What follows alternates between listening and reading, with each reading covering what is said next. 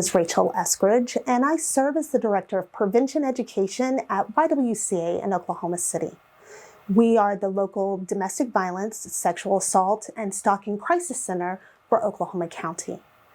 Now, my job's a little bit different than what everyone else does. I work within the community and with youth to help prevent these crimes from occurring by helping people understand what is healthy and unhealthy behaviors found within relationships.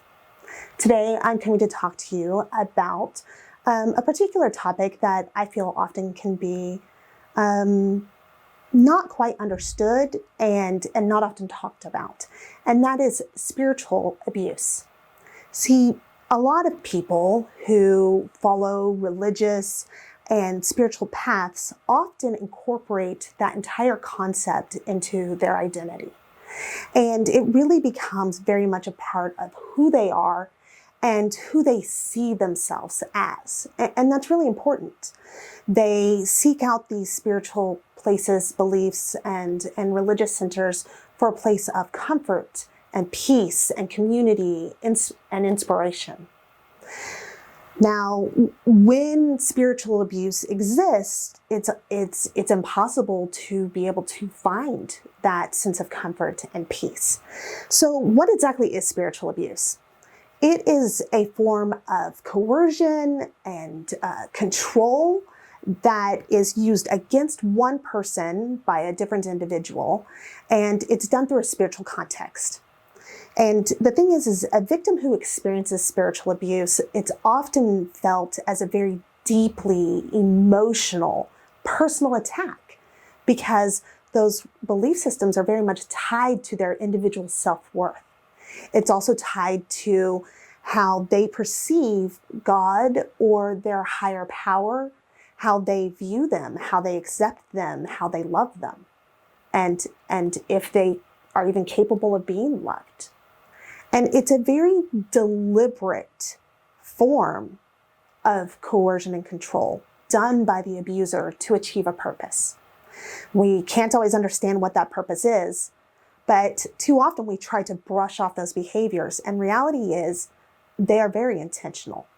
So what are some of the tactics that are used by those who choose to do spiritual abuse? Well, one of the kind of easiest and most common is just insulting somebody's beliefs, ridiculing them, putting them down. I mean, if this is your partner and they're making fun of you for the way you pray or the way you meditate or the way you interact with your God, with your higher power, then it makes it pretty hard to find that peace and comfort. Another tactic is when they use their understanding or their interpretation of spiritual practices to manipulate, control, shame, or exploit an individual. And that's pretty bad from a partner, but it's even more dangerous when it's done from a spiritual leader. Another tactic is preventing someone from practicing, either denying their right to do so or making it pretty much impossible to do in the way that that individual needs to practice their spiritual beliefs. If they control decision-making abilities, if any part of the spiritual process is telling you you're not allowed to make decisions for yourself, if your partner is saying, I have the authority to tell you you can't do that, that's a pretty big abuse. If any part of the religious process or the partnership or relationship requires secrecy or silence, that's a pretty big red flag that it's not a safe practice. Now, I'm not talking about silence as in communion or meditation. I'm meaning you can't tell someone about what happens between you and this other individual. Often that is a way that abusers hide in that silence to get away with whatever they're doing. If there's an extreme pressure to conform, again, most religious practices, most spiritual paths have guidelines. They have ideas. They have sometimes even requirements for how you should act or ways to worship. Now, that's not the same as an individual putting extreme pressure on someone to conform and behave in a certain way, which then kind of moves to the next tactic I talk about, which is the misuse of scripture or even the pulpit to control another person's behavior, choices, sexuality, and even their decision making.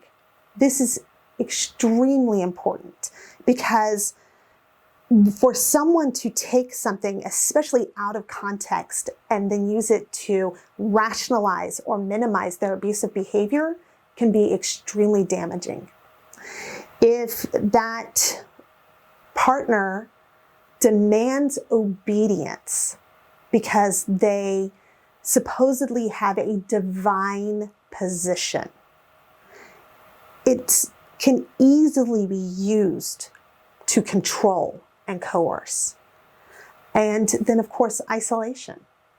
Anytime someone utilizes a spiritual context to isolate an individual, that's actually one of the more dangerous red flags. That's one of the more dangerous tactics an abuser can use, because then that person can't seek help and support. An important thing to remember is that often abusers can actually be in a position of power or influence among their spiritual belief systems. So whether it's at a church or a synagogue, this individual can often get support from their congregation to justify the way that they're treating their victims. Often they can manipulate people to believe that it's necessary or deserved. So in conclusion, I want to leave you with a really important piece to this, and that's how we respond when we see that this abuse is happening. Whether it is someone coming to us and telling us they've been harmed, or if we see these tactics happening. First, we need to start by believing. It is so important that the victim know that someone believes their story. This doesn't mean that you have to prove it to be true, but tell them no one deserves to be harmed. And then, if we identify an abuser, we need to make sure to hold them accountable. At no point do we justify their behavior by something the victim or victims may have done. There's absolutely nothing anyone can do in this world to cause someone to harm you. That is always the choice of the abuser. So it's really important that these things happen, because supporting that victim, believing them, is the first step towards their healing.